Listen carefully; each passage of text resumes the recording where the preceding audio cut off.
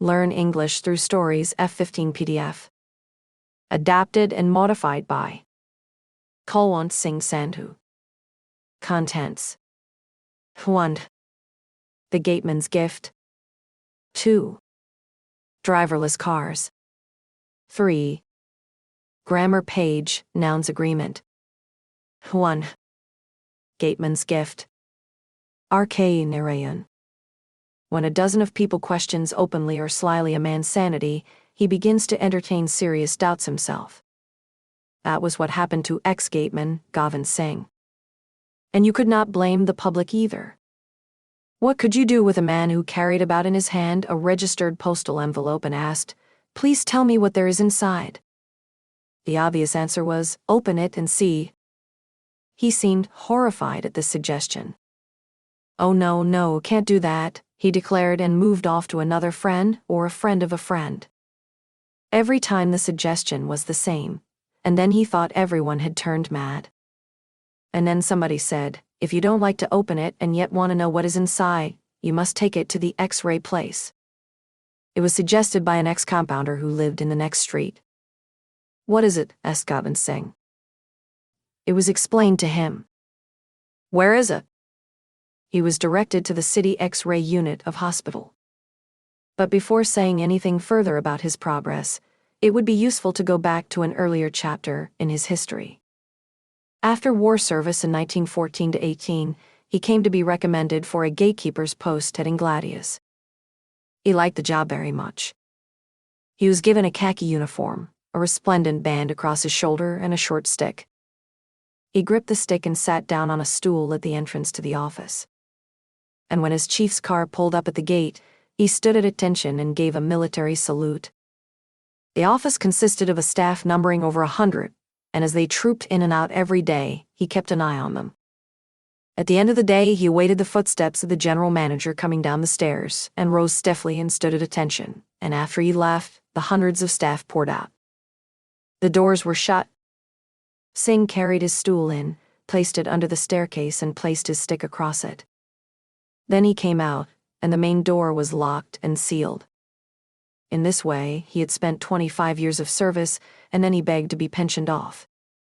He would not have thought of retirement yet, but for the fact that he found his sight and hearing playing tricks on him.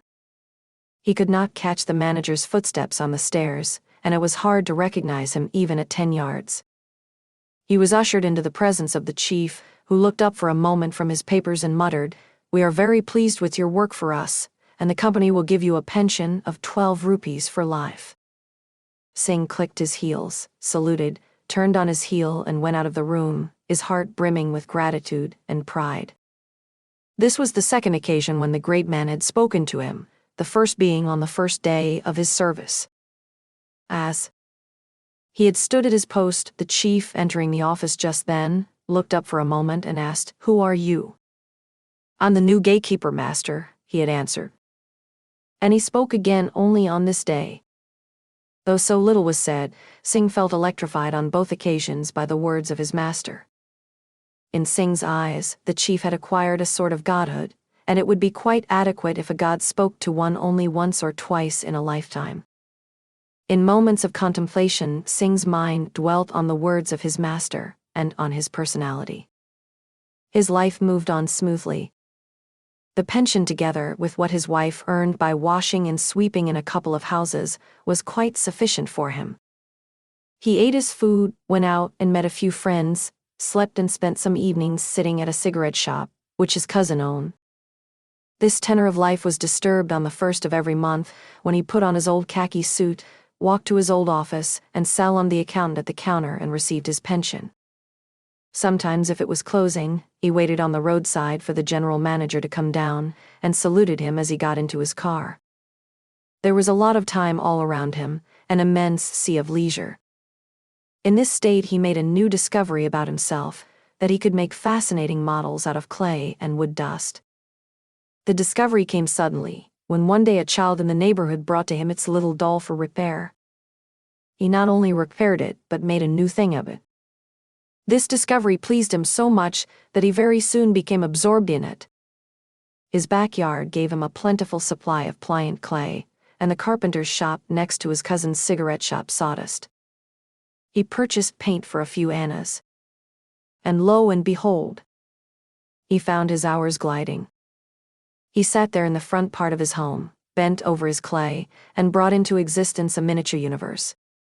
All the colors of life were there, all the forms and creatures, but of the size of his middle finger. Whole villages and towns were there, all the persons he had seen passing before his office when he was sentry there, that beggar woman coming at midday, and that cucumber vendor. He had the eye of a cartoonist for human faces. Everything went down into clay. It was a wonderful miniature reflection of the world. And he mounted them neatly on thin wooden slices, which enhanced their attractiveness. He kept these in his cousin's shop, and they attracted huge crowds every day and sold very briskly. More than from the sales, Singh felt an ecstasy when he saw admiring crowds clustering around his handiwork. On his next pension day, he carried to his office a street scene, which he ranked as his best, and handed it over the counter to the accountant with the request, "Give this to the Sahib, please." "All right," said the accountant with a smile. It created a sensation in the office, and disturbed the routine of office working for nearly half an hour. On the next pension day he carried another model, "Children at Play," and handed it over the counter. Did the Sahib like the last one? Yes, he liked it. "Please give this one to him," and he passed it over the counter. He made it a convention to carry on every pension day an offering for his master, and each time his greatest reward was the accountant's stock reply to his question, "What did the Sahib say?" He said it was very good. At last he made his masterpiece. A model of his office frontage with himself at his post, a car at the entrance and the chief getting down. This composite model was so realistic that while he sat looking at it, he seemed to be carried back to his office days. He passed it over the counter on his pension day, and it created a very great sensation in the office. "Fellow, you have not left yourself out either," people cried and looked admiringly at Singh. A sudden fear seized Singh, and he asked, "The master won't be angry, I hope?" "No, no, why should he be?" said the accountant, and Singh received his pension and went home. A week later, when he was sitting on the stool kneading clay, the postman came and said, "A registered letter for you." For me. Any letter would have upset Singh. He had received less than 3 letters in his lifetime, and each time it was a torture for him till the contents were read out. Now, a registered letter. This was his first registered letter. Only lawyers send registered letters, isn't it so? "Usually," said the postman. "Please take it back, I don't want it," said Singh. "Shall I say refused?" asked the postman. "No, no," said Singh. "Just take it back and say you have not found me." "That I can't do," said the postman, looking serious. Singh seemed to have no option but to scrawl his signature and receive the packet. He sat gloomily, gazing at the floor. His wife, who had gone out and just returned, saw him in this condition and asked, "What is it?" His voice choked as he replied, "It has come." He flung at her the registered letter. "What is it?" she asked. He said, "How should I know? Perhaps our ruin." He broke down. His wife watched him for a moment, went in to attend to some domestic duty and returned, still found him in the same condition, and asked, "Why not open it and see? Ask someone to read it." He threw up his arms in horror. "Woman, you don't know what you are saying. It cannot be open. They have perhaps written that my pension is stopped, and God knows what else the Sahib has said. Why not go to the office and find out from them?" "Not I. I will never show my face there again," replied Singh. "I have lived without a single remark being made against me, all my life now." He shuddered at the thought of it. "I knew I was getting into trouble when I made that office model." After deeper reflection he said, "Every time I took something there, people crowded round, stopped all work for nearly an hour. That must also have reached the Sahib's ears." He wondered about saying the same thing, with the letter in his pocket. He lost his taste for food, wandered about unkempt, with his hair standing up like a halo, an unaccustomed sight, his years in military service having given him a habitual tidiness. His wife lost all peace of mind and became miserable about him. He stood at crossroads, clutching the letter in his hand. He kept asking everyone he came across, "Tell me, what is there in this?" but he would not brook the suggestion to open it and see its contents. So forthwith, Singh found his way to the City X-Ray Institute at Racecourse Road. As he entered the gate, he observed dozens of cars parked along the drive, and a Gurkha watchman at the gate. Some people were sitting on sofas reading books and journals. They turned and threw a brief look at him and resumed their studies. As Singh stood uncertainly at the doorway, an assistant came up and asked, "What do you want?" Singh gave a salute, held up the letter uncertainly and muttered, "Can I know what is inside this?" The assistant made the obvious suggestion. But Singh replied, "They said you could tell me what's inside without opening it." The assistant asked, "Where do you come from?" Singh explained his life, work and outlook, and concluded, "I've lived without remark all my life. I knew trouble was coming." There were tears on his cheeks. The assistant looked at him curiously as scores of others had done before, smiled and said, "Go home and rest. You are not all right. Go home." "Can't you say what is in this?" Singh asked pathetically. The assistant took it in his hand, examined it, and said, "Shall I open it?" "No, no, no," Singh cried and snatched it back. There was a look of terror in his eyes. The assembly looked up from their pages and watched him with mild amusement in their eyes. The assistant kindly put his arms on his shoulder and let him out. "You get well first, and then come back. I tell you, you are not all right." Walking back home, he pondered over it.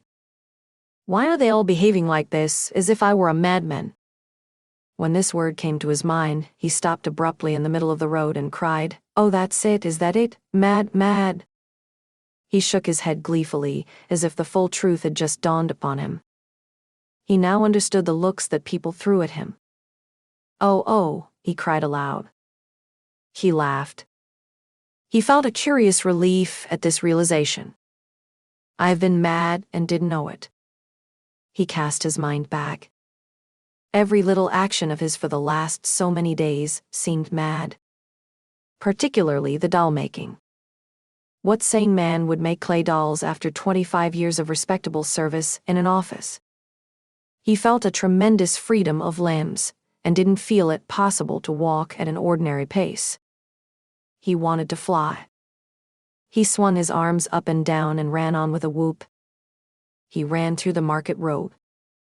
When people stood about and watched, he cried, "Hey, don't laugh at a madman, for who knows, you will also be mad when you come to make clay dolls," and charged into their midst with a war cry.